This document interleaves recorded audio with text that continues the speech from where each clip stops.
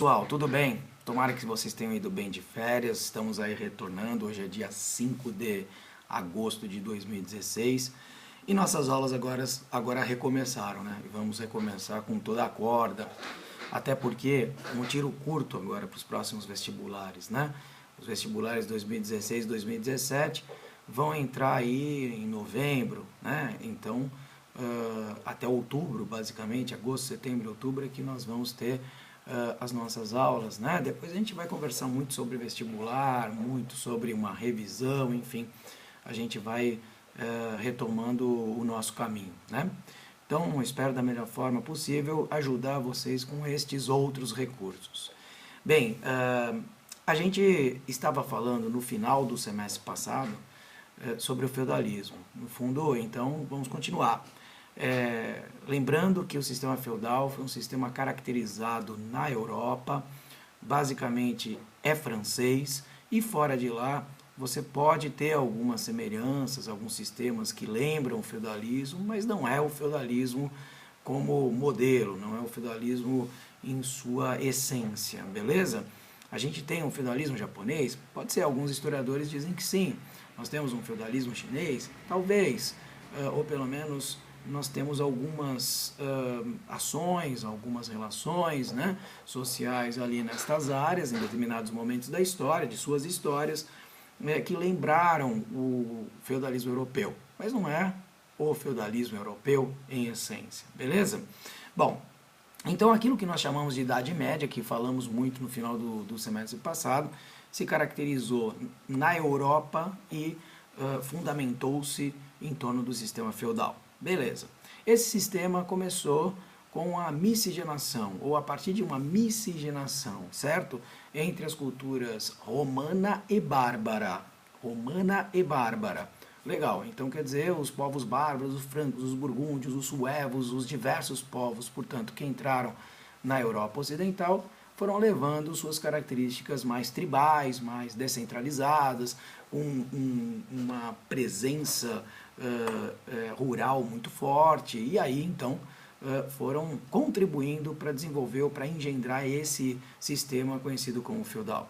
Os romanos contribuíram com a religião cristã, né, que era muito forte, enfim, no final do seu império, e também com a sua descentralização e ruralização por conta da decadência. Legal, e vimos também lá no final do semestre que dois impérios são significativamente importantes durante esse período, impérios que, de certa maneira, circundavam, não é, a Europa. Fora da Europa, ou na verdade não exatamente fora da Europa, mas fora da área caracterizada pelo feudalismo europeu, tá certo? Estão o Império Bizantino e o Império Árabe. O Império Bizantino tem a sua importância justamente porque continuou aquilo que era o Império Romano. Portanto, continuou centralizado, continuou comercial, seu porto fundamental, Constantinopla, era extremamente dinâmico. Já o Império Árabe foi importante por conta de sua expansão territorial, fechando o mar Mediterrâneo.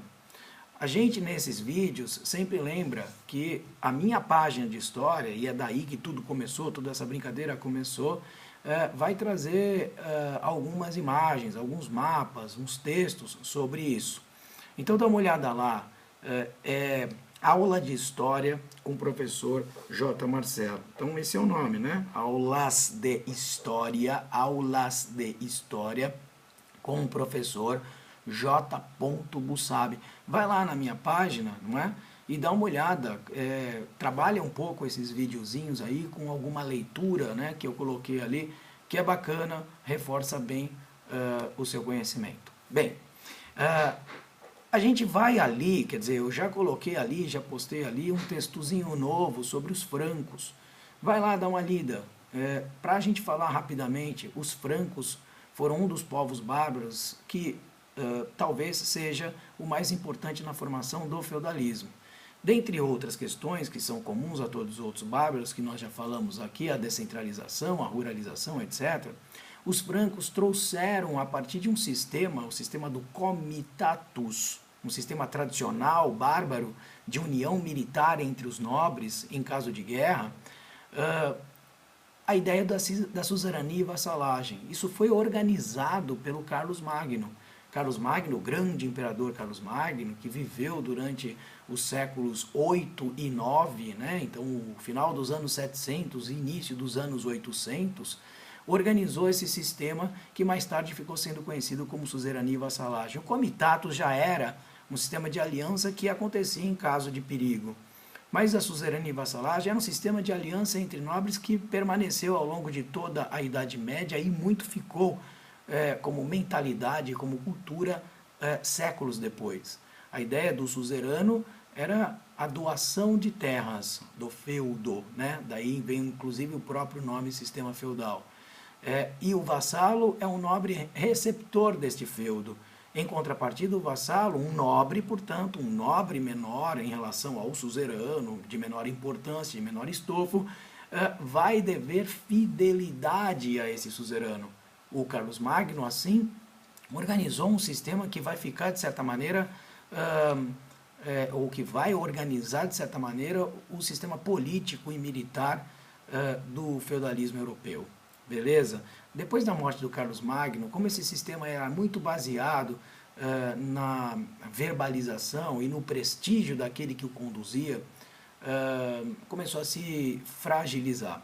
Os seus netos, que vão desenvolver o chamado Tratado de Verdun, assinando, portanto, a divisão oficial desse império, são o grande exemplo dessa fragilização.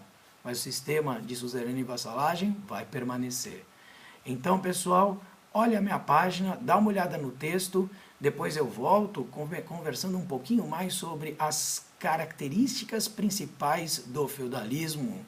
Boa tarde para vocês, bom dia para vocês e bons estudos. Tchau.